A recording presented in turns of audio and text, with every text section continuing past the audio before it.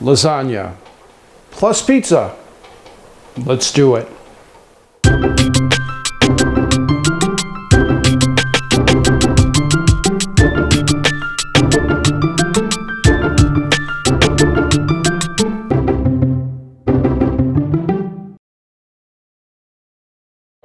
Just in case it works out better than the first one.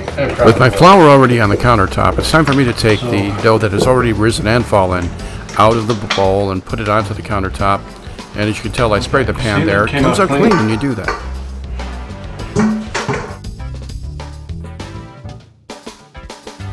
Next, what I have to do is equalize the dough into 6 segments. I'm going to make 6 pizzas out of this amount of dough. And right now I'm going to get into a circle, and I'm just going to cut it into, well, 6 wedges, really. You'll see what I do here.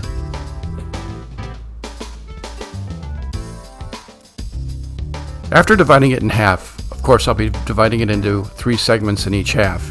This is much easier for me to split the dough and be more accurate with my consistency for each pizza.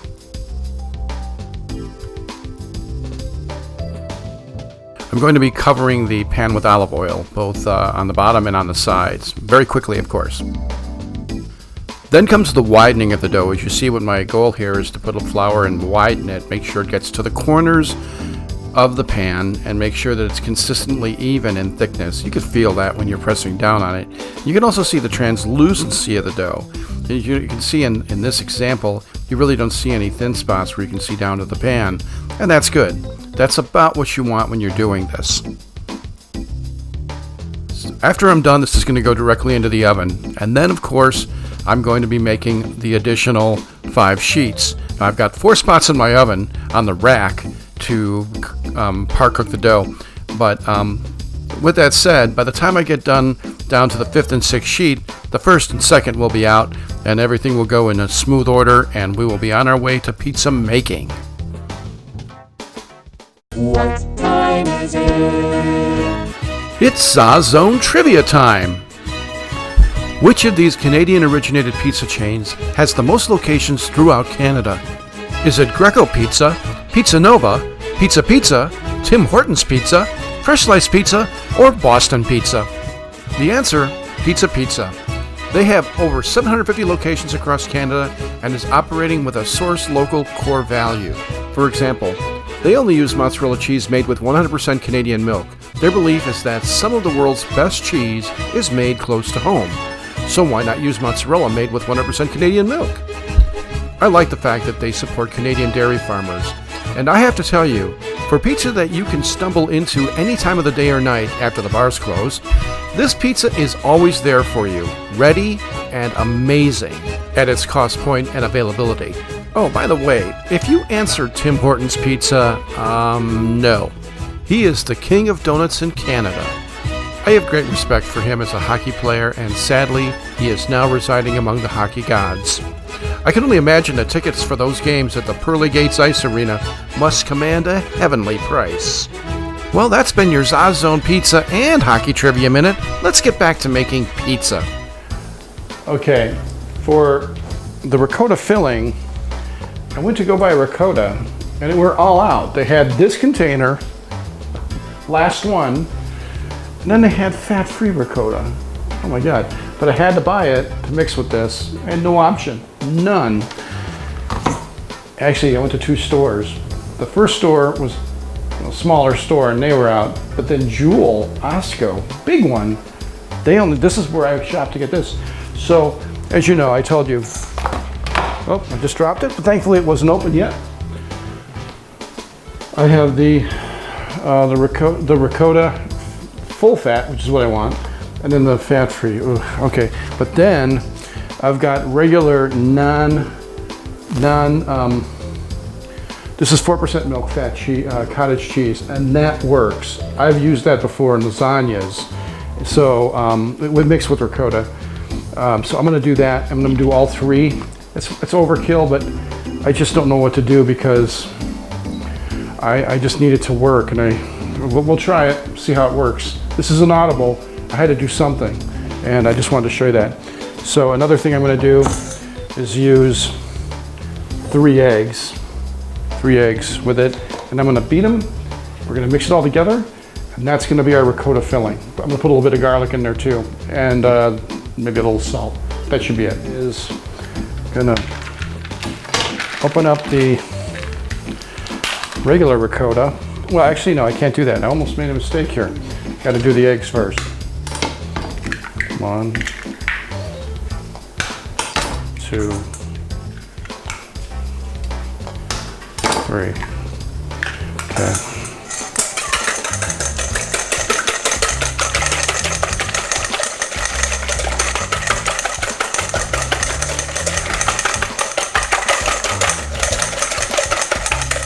Okay, I'm going to add a little bit of garlic powder. Seems good enough to me. A little salt. That's good. Okay.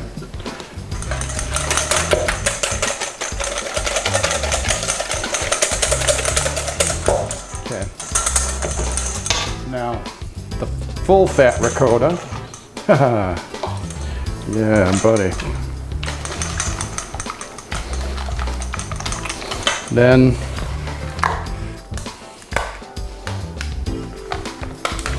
the fat-free ricotta. Boo.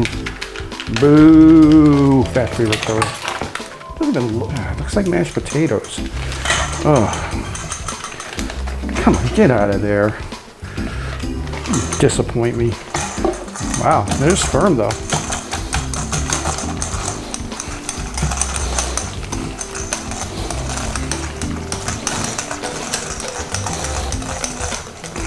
Okay. I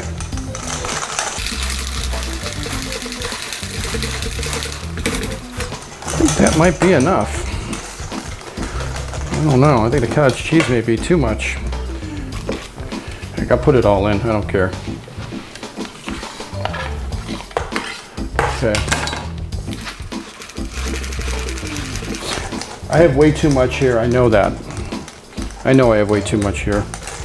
I'll get creative with it. Always do. All right. How I'm going to construct these is I'm going to cover them all with sauce first.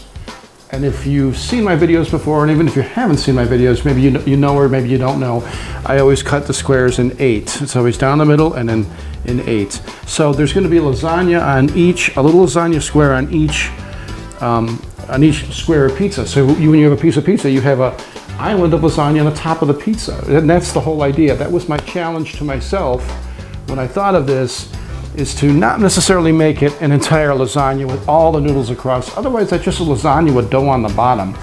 I really want it to be a pizza around the corners, and then you eat right into the lasagna. That's the goal of this exercise. That was part of my challenge, and I'm doing it. So what you'll see is the construction layer now. And you'll see it'll be meat, ricotta cheese with cottage cheese as an extender, and then more meat on the top, and then there'll be layers of provolone will be the cheese between all of those layers. Fantastic, I love it. So watch it. You'll see the overhead view, and I'll cut from time to time with the side view as well.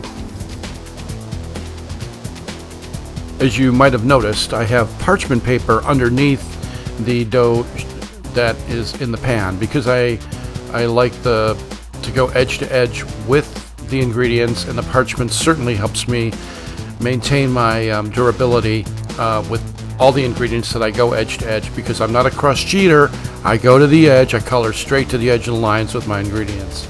And of course my classic red sauce is going on here because it is the base of a great lasagna pizza. Without that, we got nothing. So let's get these covered up and let's get these ready for some ingredients.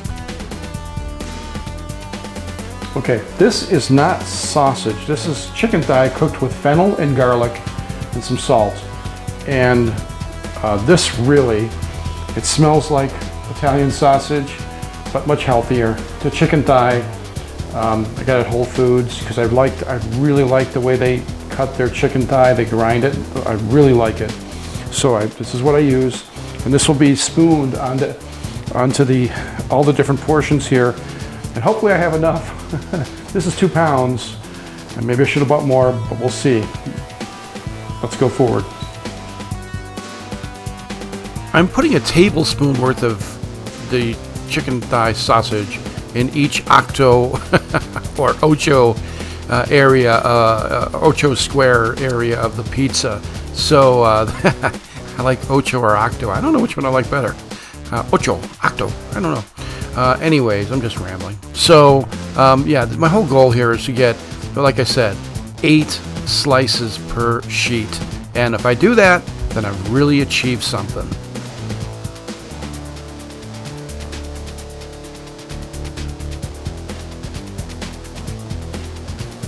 Okay, now what I'm going to do is take provolone and I'm going to cut it up. I cut this whole thing in 4s. This is going to go on top. The quarters of a slice is going to go on every piece, and that'll be with the noodles on top. And that will be the cheese on top of every portion. As you can tell here in the overhead camera, you can see that I'm having trouble with some of the provolone. It's actually sticking together because when I buy provolone, I don't always get to use it. I buy it because it's hard to find good provolone sometimes, and when I find it, I buy it in bulk and I freeze it. But a word to the wise, if you have a chance, buy provolone and use it as soon as you can. Now I'm going to use the width of my hand like this, cover the noodle, and cut it like this. And this is the size that I'm going to make that's going to cover each one of these. I'm going to use the width of my hand because I'm thinking that way I know I'm not cutting too much, and it's making my island of lasagna. I want to mention one important fact about the noodles and how I cook them. I cook them as though I was going to eat them. In other words, they are not just relatively firm, they're relatively cooked. Or not relatively cooked, they're cooked enough for you to eat them. So unlike these boxes of lasagna noodles that say you don't have to cook them, they're ready to go and you just have enough moisture in your lasagna and you cook it for an hour. Well, no, you can't do that with a pizza. You have to have cooked noodles because this pizza is going to cook for about 20 to 25 minutes. We're not cooking it for an hour. So that's why the noodles are cooked this way. Okay, second level, it's going to be 1 spoon, a good spoonful of this, like this, on every layer. And then it'll have the cheese on top of it, and then the noodle again. And hopefully that holds up nicely. One thing I learned in the process of doing this is that this looks like it's going on high enough, although you can't really tell here, you're looking straight down, but it looked like it was, at least 1/4 of an inch to 3/8 of an inch up off the noodle. And the problem I had with it is, when it cooked down, it cooked down to like 1/8 of an inch. It kind of, I guess, squeezed out, lost some volume in water, and pushed down to the pizza, which is fine. It tasted great, but the one thing I do want to do, and the reason I mention all of this, is because I want to use full-fat ricotta and mashed potatoes. I'm going to make cold mashed potatoes, let them get cold, stiffen them up really nicely, and then I'm going to mix ricotta with mashed potatoes. Not a lot of mashed potatoes. It's got to be really truly a half and half mix. But I'm thinking that that'll make a really rigid layer that will fool your mouth to thinking that, wow, this is ricotta, because it looks like ricotta, but it's standing up at attention and really holding up to the heat. And that's something I'm going to try. And you may find a video with that in it. And I'm hoping to try that relatively soon. Okay, I've got some meat left here. Not as much as I thought. So I'm going to use a smaller spoon and I'm going to drop it on each one. And I could use a little ricotta and pop it on there too to fill in if I need. So let's see what happens. Let's see how much we can get out of this. Let's see how we get around the last layer. Well, as you'll see in the video here, I do make it around each layer with a teaspoon worth of meat on each octet or ocho segment. But I then decided to use the ricotta about the same, about a dropping off of the teaspoon to fill the volume, and just use more ricotta, but also to make it a more of a full layer, and that worked out well. Then came the provolone, and the provolone, of course, as I said, is used for every single layer. and after that would be the last layer of noodles. For this project, I bought 2 boxes of lasagna noodles and I boiled both of them up. I really used a little over half of the first box into the second box, and I had a lot of noodles left over for things like soups, so it worked out well. My advice is always over-prepared. You never want to run out. I'm running out of red sauce for my other pizzas, so I'm going to use just my crushed tomato on the top here, just for the top covering. I need my seasoned tomato sauce that I made for the pizzas to be there for the other pizzas. So I've got to do this. So I'm going to actually just cover all these with a light covering, and then we're going to cheese it up, and we're gonna bake it. Didn't I just say you don't want to run out of anything? Interesting. Well, luckily this is exceptionally great base tomato sauce.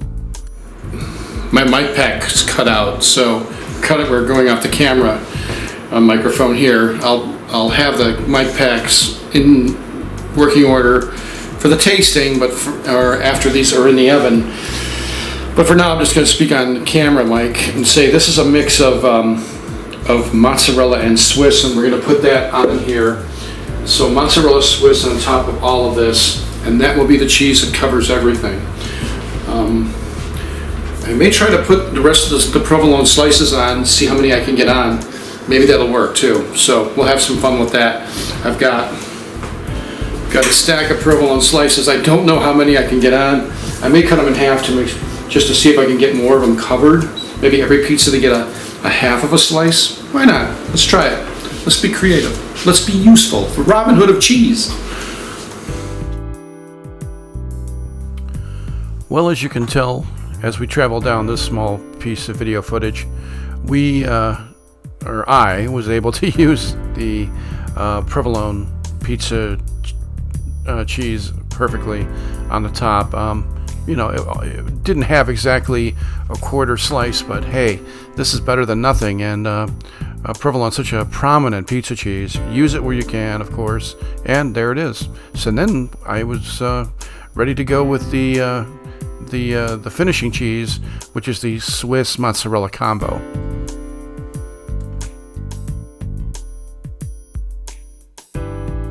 Hey, that pizza looks like it's ready for its maiden voyage in the oven. That is something to celebrate. The oven temperature is 400 degrees, just so you make note of that. It's 400 degrees, and that's our baking temperature.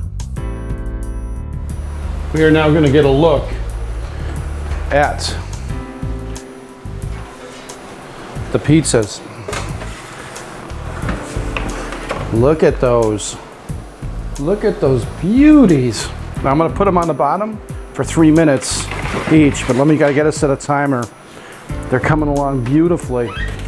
So I just got to put them on the bottom for 3 minutes. Okay. Getting ready to set my timer. I'm going to pull this one down. Oh, don't want to pull both of them, just one. Put it on the slab and seal it for 2:30. Timer's running. Okay, timer just went off here. We stop it. Let's pull up the pizza. Oh boy. Wow. Oh man. That's the heaviest pizza I've ever had on here. No doubt. No doubt the heaviest pizza ever. Oh, that didn't slide. Okay, I thought it slid and it didn't. Okay, let's get the next one down here. Same thing. Drop it on. Set the timer. And we'll let that cool just a few minutes.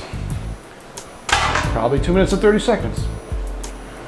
To get these to cool out and dry out and not be moist on the bottom, I'm going to have to lift these out. So I can lift the parchment up, which is a great reason to use parchment, and then slide it up like this and move this like this. And then The trickier part is removing the parchment from everything that's stuck.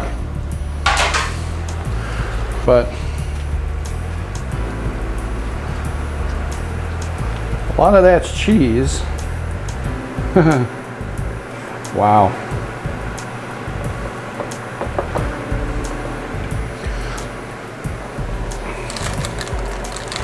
I think maybe we have to just leave that until this cools down a bit. When this cools down, we can actually pull it apart. But we got it out. I know it'll lift out. I just don't want any cheese really getting on the... Well, actually, it's cooling down now, so I guess I could take it off of the parchment at this point. Let's try it. Oh, this is nervous. This is nerve-wracking. Oh yeah, it comes right up. There you go. All right. And there's our parchment. I'm gonna take the second one off out of the pan as well. Same thing, lift up the parchment, pull it up, pull it out. And it looks like it already wants to come off the parchment paper. And it did. Nice job. All right. Behold the Lasagna Pizza. 8 islands of flavor. Oh, I'm giddy. Okay, now let's see how it cuts. Wow, it's a big boy. It's like my cat. Cuts nice. Cuts very nice. Well, cut in the middle. Got to cut between. This really is a pizza for dummies because you can only cut where you can cut. I like that. Very good. All right. Now I've got to eat. I've got to eat 2 more pizzas tonight because I'm making 3 pizzas right now. So I'm going to cut one of these in half. Oh no, no, hold on. I'm going to take a serrated knife and cut this one. And now I can cut it in half. Now I can cut right down there. There you go.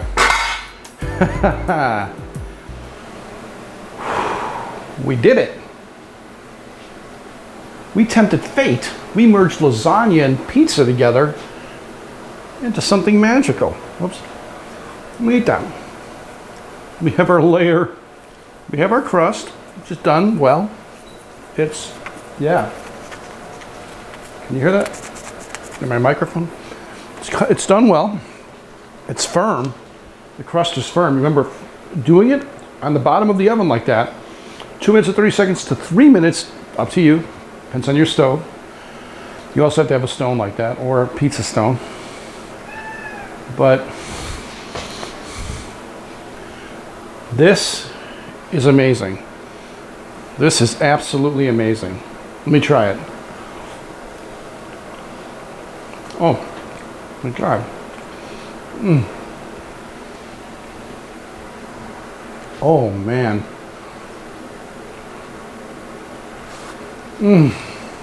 Bend me over backwards. Wow. You know, my chicken thigh seasoned like sausage is perfect. Tons of ground fennel when I was cooking it with garlic. That gives it that amazing taste that it really tastes like sausage and not chicken. But ground chicken thigh much healthier than chunk that I get in sausage. So that's my secret to make sausage-like meat with ground fennel, garlic, and then chicken thigh. That works amazing for people who kind of want to be healthy. But I just like the fact that I'm not chewing a bunch of pork gristle. So this is really amazing. And it did it meet my expectations? Yeah, I knew I could make it. I know that anything I set out to do like this in food, I can do. But the taste is on par and meets what I expect. However, I will say this. The one thing you're not getting with this kind of pizza is a ton of sauce. Like, if you wanted to put sauce over it while you're eating it, that would be perfect. That's what's missing. But you can't have that. You can't have that and be able to hold it like this and be able to eat it. Sauce would squeeze out everywhere. And I knew that. But it's amazing, and I'm very thankful. Thanks for watching, and thanks for helping me kind of experiment with food. I appreciate it.